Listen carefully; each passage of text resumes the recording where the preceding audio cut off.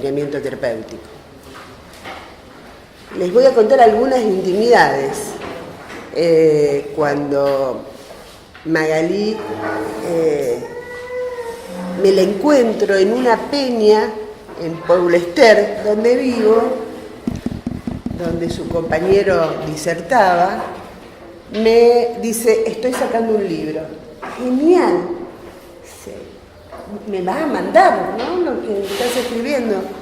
Sí, lo podés presentar. Eso fue hace como un año. Pasó. Pero ese encuentro, en ese momento me hizo acordar trayectos.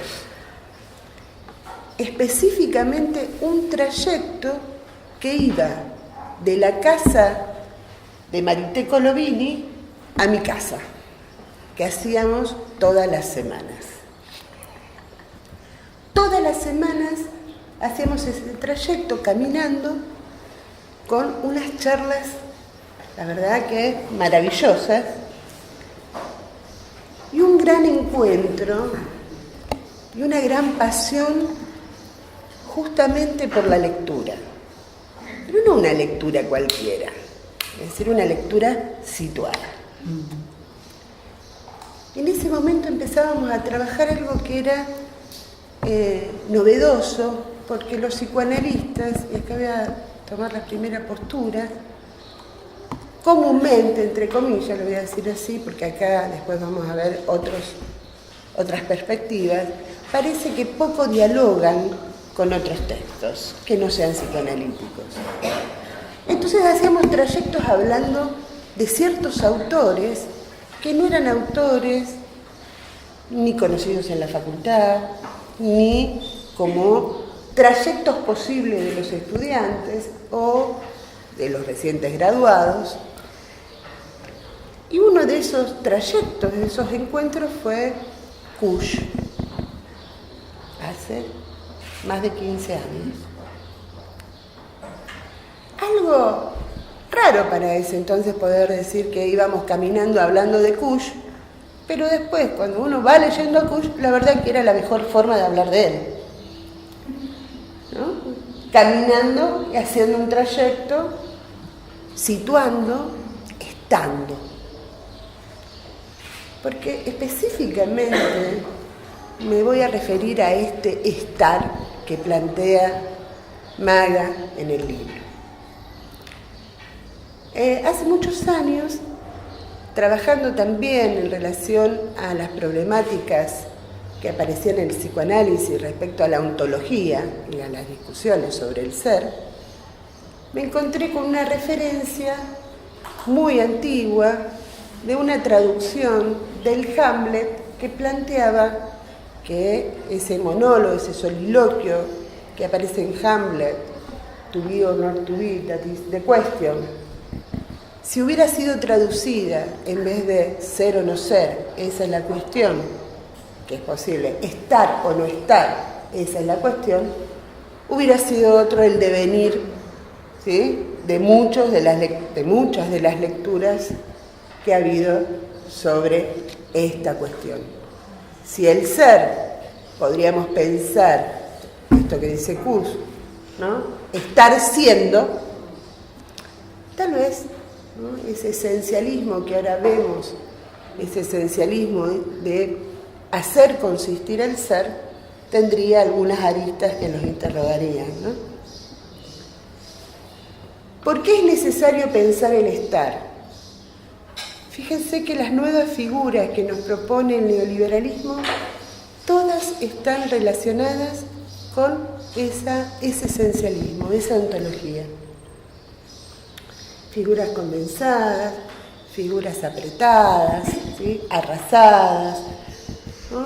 Todo lo que implica, digamos, un individualismo a ultranza, un ser, ¿no?, que consume y se autoconsume. Entonces, bueno, justamente me parece un acto revolucionario, subversivo, estar planteando el estar. Y el estar como práctica. No encontré en el libro ninguna referencia, por ejemplo, a clínica. así, clínica psicoanalítica, como aparece, ¿sí? Sí, como redefinida en el campo de la salud mental. Exactamente. No encontré esa referencia, pero gratamente. Pensando justamente de lo que se trata, si es un estar y un estar siendo, de una praxis que se deshipoteque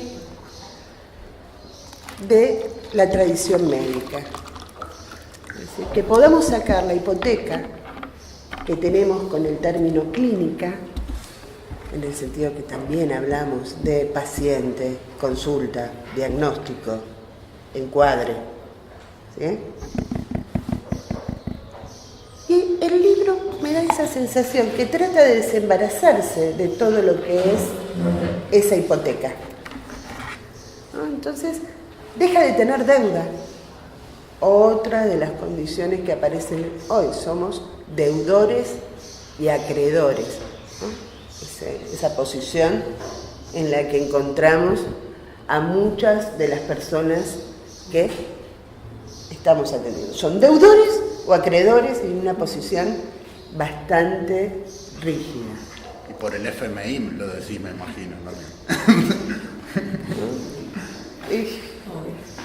Bueno, vos fíjate que si pensamos los desafíos, que es una palabra que también hoy en el Congreso está en varias de las, en varios de los paneles, en varias de las propuestas, desafío es un reto. Desafío es algo que, lo que implica, ¿no? Que alguien le dirige a alguien, ¿no? Te desafío a, ¿no? Hay que tener herramientas y tener con qué, ¿no? Por ejemplo, pobreza cero sería un desafío si hubiera herramientas como para decir, ese es un desafío, vamos a llegar a la pobreza cero, pero no, porque no hay herramientas, no hay contingencias, entonces eso no se constituye un desafío. Para que constituya un desafío tenemos que tener, por lo menos, pensado con qué herramientas vamos a hacer ese enfrentamiento. No, la pobreza cero no. Por eso, para los psicoanalistas, por ejemplo, decir que hay nuevos desafíos debería ser toda una interrogación. Este libro constituye un nuevo desafío. ¿Por qué? Porque tiene las herramientas, está planteando las contingencias, está planteando las preguntas y algunas respuestas. Una cuestión ética. Porque con el chamullo de la pregunta abierta... Hay un... No trabajamos. Exacto, la pregunta abierta y no hay responsabilidad de esa pregunta. Encontré una pequeña referencia en un seminario de Lacan, y no lo nombro para tener habilitación, sino porque me gustó la referencia, que dice que ser psicoanalista es una posición responsable, la más responsable de todas. ¿Por qué? Porque tiene, ¿sí?, la responsabilidad de realizar una conversión ética radical. En Problemas Cruciales del Psicoanálisis, una clase de mayo del 65. Doy la referencia, ¿no?, para ir a buscarla. Ser responsable de una conversión ética radical. Es decir, que los desafíos tienen que ver con esta posibilidad de pensar qué es una conversión ética radical. ¿Qué es acompañar a alguien desde esta posición responsable? Y desde el estar. Porque, retomando un poco algo que Euge me proponía ayer cuando conversábamos, era dialogar un poquito también.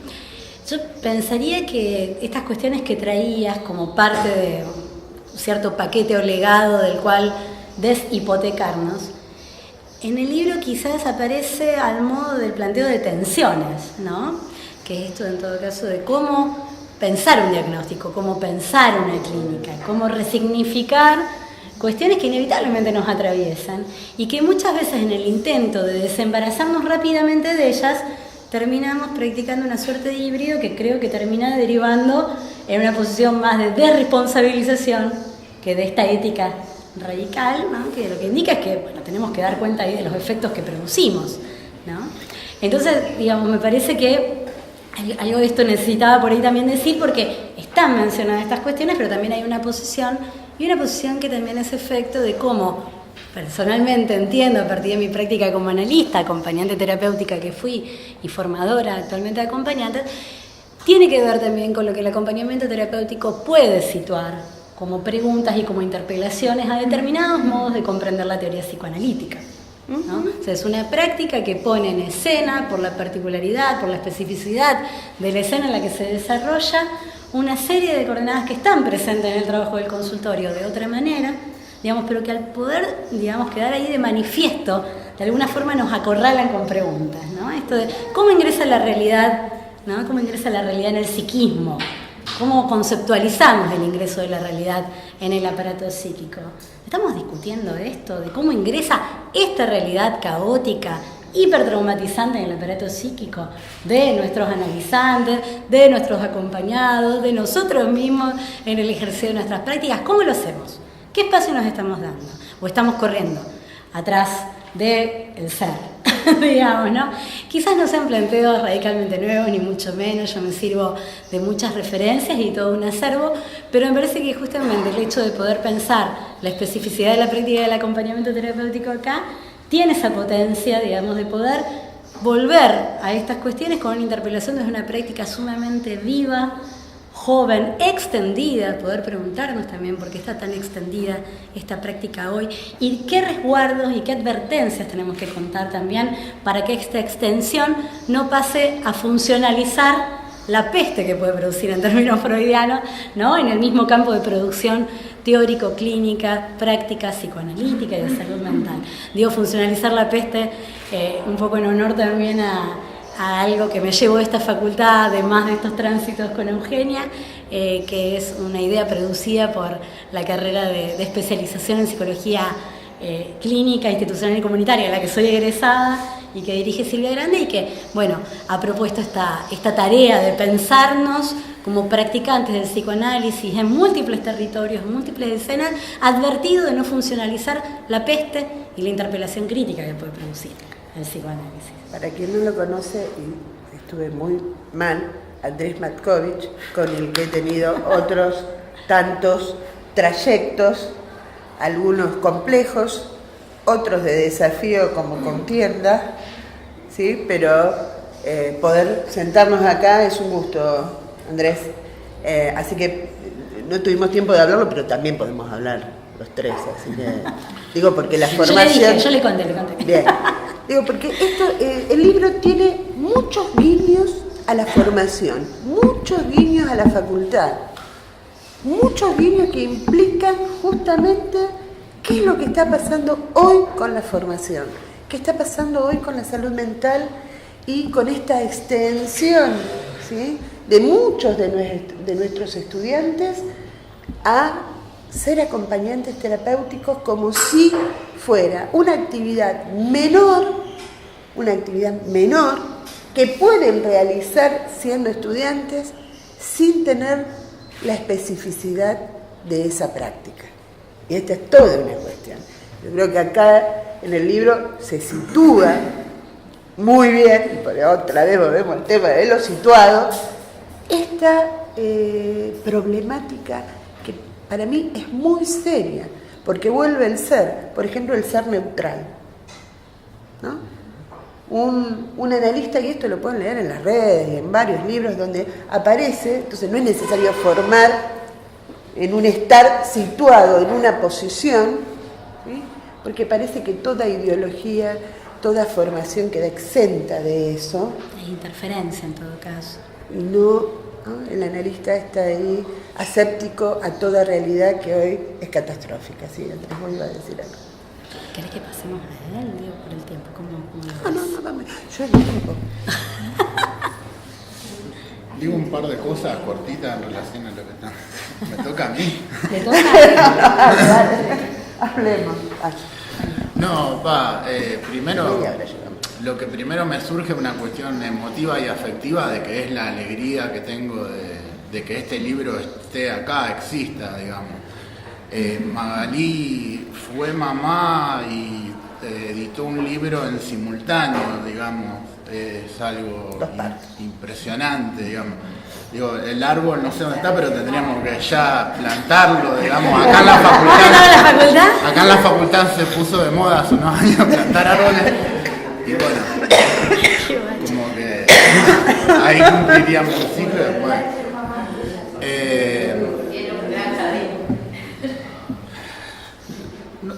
Digo, ¿por dónde entrar a la cuestión? Me parecía que tenía que ver con esto. El acompañamiento terapéutico es una herramienta que permite trabajar en la vida cotidiana de las personas, digamos. Esto creo yo que marca una ruptura, digamos, con la formación más tradicional, que el consultorio sería como algo aparte de la vida cotidiana.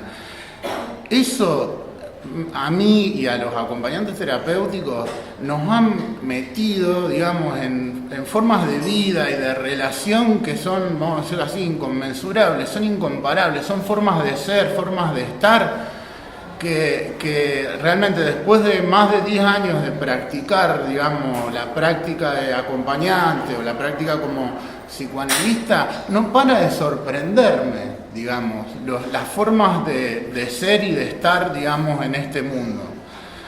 El acompañamiento es una herramienta privilegiada, me parece, para tener más que un conocimiento, una experiencia de cómo se da eso, ¿no? Cómo se dan las relaciones en la familia de una persona con psicosis, por ejemplo. Recuerdo escenas de separar a un padre del paciente porque se estaban cagando a piñas, digamos, de poner el cuerpo y de separarlos, digamos, en el marco de un acompañamiento terapéutico. Y se me vienen un montón de escenas que tienen que ver con esto, con el paciente y en su entorno, digamos. Muchas veces los acompañantes lo que hacemos es como meter una cuña, tratar de aceitar esto que llamamos la inclusión social. El libro de Magalí, en realidad, cuando plantea situar, arranca situando cuestiones, yo diría, más bien generales, pero que se hacen carne en cada práctica, digamos. ¿Qué quiere decir?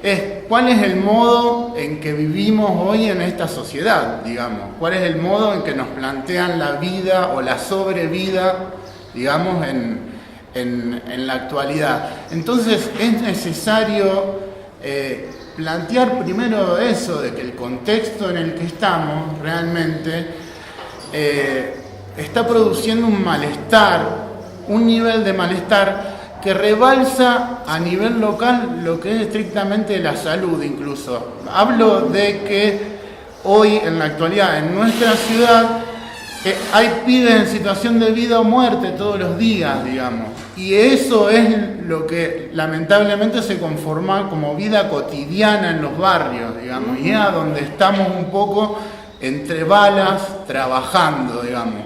Por eso también el acompañamiento tiene una doble, triple complejidad, porque trabajamos no en instituciones bien conformadas, sino más bien en intersticios, en la relación entre ambas instituciones, en la calle, digamos. Y eso es un problema grave en la formación, justamente porque lo que se pide, por ejemplo, son especializaciones. ¿Qué especializaciones? Especializaciones en temáticas. Tenemos que saber adicciones, tenemos que saber bulimia y anorexia.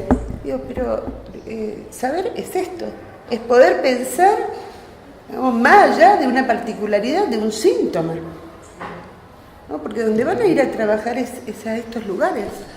Sí, Maga toma el concepto de territorio, uno de los que toma de Leslie Guattari puntualmente, que está bueno para pensar, que yo también lo he pensado, la idea de paisaje también, de paisaje como eso con que nos relacionamos. Cuando veo el río me calmo, cuando me asomo por la ventana, ¿no? Como que el paisaje ingresa un poco a mi cuerpo, digamos.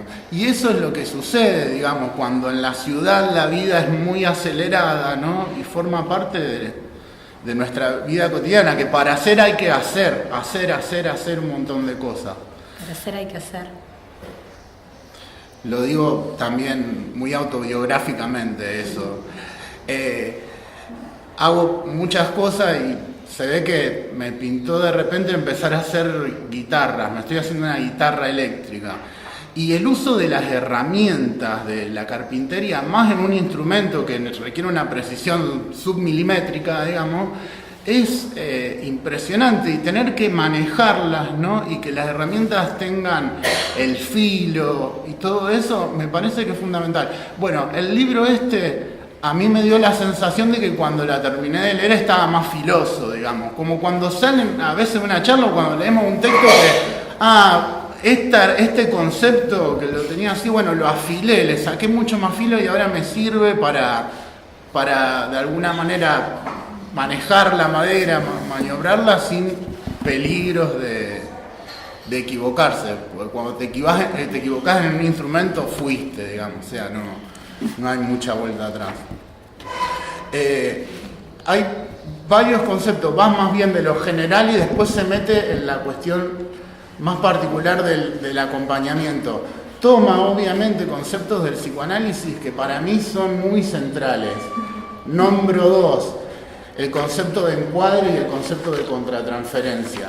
Este segundo, el de contratransferencia, a mí me parece que es fundamental en cualquier práctica de la salud mental, pero que tiene que ver con preguntarse por las propias representaciones, ¿no es cierto? No hay psicología que lo haga, digamos. El psicoanálisis es el único que plantea realmente, bueno, para ser objetivo hay que poner al sujeto o a la subjetividad en el centro, digamos. Esa es la única forma de objetividad en psicoanálisis. Entonces, realmente, en el acompañamiento terapéutico, en las escenas de la vida cotidiana, nos llaman a todo este tipo de cuestiones. Lo que decía Nacho Leukovic, la subjetividad heroica, ¿no? Esto, bueno, yo me meto ahí, digamos, a separar. Pero bueno, me puede pasar cualquier cosa. Realmente la idea es que no tenga que haber uno ahí para separar, sino que se pueda producir otra forma de lazo, digamos, independiente de uno. Esa otra cuestión, ¿no es cierto? El acompañamiento terapéutico tiene que tener una perspectiva de fin, digamos. No digo que, bueno, en 6 meses yo ya sé que no va a necesitar, pero tiene que ser siempre arrancado con vistas a finalizar en un momento, si no se vuelve una institución manicomial. Es decir, tenés a alguien al lado que no se sabe por qué está, digamos, solo por acompañante, por mero acompañamiento. Y eso es realmente control, digamos, es caer en esas demandas que muchas instituciones y que la sociedad también nos pide respecto a estos pacientes, digamos, con problemáticas de salud mental. Maga analiza también cuándo es que esto empieza, los acompañamientos empiezan a surgir con mucha más masividad y tiene que ver con sucesos de peligrosidad, digamos, que se empiezan a pedir más acompañantes. Yo le decía a Maga, el hecho de ser varón, digamos, el acompañante varón es toda una cuestión. Y claro, y en esa época te llamaban cuando había un asesino, todo así, digamos, te llamaban a vos, ya era como de alto riesgo el acompañamiento siempre. Que tiene que ver obviamente con, bueno, las concepciones, digamos, patriarcales, es decir, un varón fuerte, grandote, para que el paciente esté tranquilo, ¿no? ¿Cuántas veces me llamaron por eso, no? O bueno, o esta cuestión de la aporofobia, ¿no? De trabajar en un centro de salud, en un barrio, con profesionales que le tienen miedo a los pobres, digamos, y que van de la casa al centro de salud y están como así parapetados en el auto, como metidos con miedo de que... Y bueno, esas son un poco a donde nos incluimos. Me parece que la diferenciación entre producción de subjetividad y constitución subjetiva que hace Silvia y que retoma acá Maga está buenísimo para pensar, digamos, para poder diferenciar lo que tiene que ver con conflictos intrapsíquicos, con conflictos también que van más allá, que tienen que ver con la sociedad. Digo, un pibe que viene, que dice, de 12 años, que dice que es bisexual, me dice, para mí no constituye un problema, digamos. Claro, no constituye un problema para él, pero después todo el entorno heteronormativo lo hace sufrir, claramente, pero ahí no existe conflicto. Hace años atrás, realmente para un psicoanalista constituiría un problema, una sexualidad desviada o algo por el estilo. Imaginémonos en un acompañamiento terapéutico, no cambia mucho nuestra posición. ¿Años atrás? No. Hace muy poco, es verdad. Pero realmente si hablamos, el otro día de una charla de psicoanálisis y universidad, tenemos los psicoanalistas que hablan que realmente que lo social está apartado, el psicoanálisis. Exacto. Y cuando se pronunciaron en contra del matrimonio igualitario, el departamento de psicoanálisis de esta facultad, o sea, ese es el psicoanálisis que hoy tenemos acá en esta facultad. Para mí es mucho más despreciable realmente para tirar bombas que para felicitar. Por suerte sí ha habido muy buenas excepciones y actividades por fuera de la currícula, digamos, qué sé yo, los seminarios que tienen esa doble, que son como parte de la currícula, pero también, bueno, eso es lo que incluyó el acompañamiento terapéutico, género, un montón de problemáticas que la universidad no se dejaba permear. De hecho, no lo querían aprobar al seminario de acompañamiento hace 12 años atrás. Tuvimos una contienda ahí para que pudiera ser aprobado. Y muy fuerte las resistencias hasta hace muy poco a pensar una tecnicatura universitaria, una resistencia pero profunda. Y lo que dice Andrés respecto a esta formación, realmente creo que el libro de Maga es necesario porque interpela justamente ese centro. ¿Qué pasa allí que no pueden pensarse las prácticas desde el lugar de la formación ideológica? Digo ideológica, no ideológica partidaria, sino de cuál es la posición de quien hace la experiencia. Por eso cuando vos dijiste, más allá que podamos tener diferencias teóricas, digo, por ejemplo, entre lo que yo llamaría lo político y la política, entre lo político como constitución del sujeto y la política como gestión de la vida, Silvia lo puede nombrar de otra manera, pero estaría totalmente de acuerdo, tendríamos diferentes nominaciones. Pero este es el punto de la formación y no la problemática. Yo voy a esto, ¿sí? Para ser acompañante terapéutico me parece que hay que tener estos conocimientos que ustedes están planteando. No la especificidad del psicótico. No, la temática, la especialización. Claro, ¿qué hago cuando un psicótico se pelea con el padre? Y entra y lo separa. A ver, esto es lo que hoy se pide. Sí, yo que estoy acá lo escucho todos los días. Y agregaría, Euge, incluso un rigor conceptual muy grande, porque es donde justamente se ponen a prueba la validez operativa de ciertos conceptos, ¿no? Digo, en aquellas prácticas que pueden responder a problemáticas que no pueden ser abordadas por el método, por los dispositivos ya consabidos. O sea, entonces ahí ponemos a prueba la teoría, tensionamos, volvemos a leer, la despojamos de dogmatismos, ¿no? Me parece que el acompañamiento tiene además del aspecto, digamos, terapéutico como potencial, esa gran potencia hacia dentro del campo. Claro, la universidad en parte es dogma, ¿sí? No digo que no saco el dogma, el tema es hacer del dogma lo único posible de enseñar. Acá históricamente había incluso programas que planteaban yo no enseño, yo transmito, y la transmisión del psicoanálisis es por añadidura. No. Está escrito, digo, muchos lo deben estudiame los escritos técnicos para el examen. El tema es enseñar. Tenemos hoy, aparte del libro, compartimos, porque estamos en el tiempo que habíamos pautado, abrimos un poquito, compartimos este lugar, esta presentación, con la presentación de la revista Topía, que va a ser Juan Melero, Enrique Carpintero, Alejandro Weiner, 28 años de la revista. Este es el número 82, ¿no? El pensamiento crítico. 83. Bien, bueno, me faltó uno. De todas maneras, como ellos van a seguir, va a ser una entrevista, me parece interesante que hagamos un cierre. ¿Les parece? Sí. Con la gente.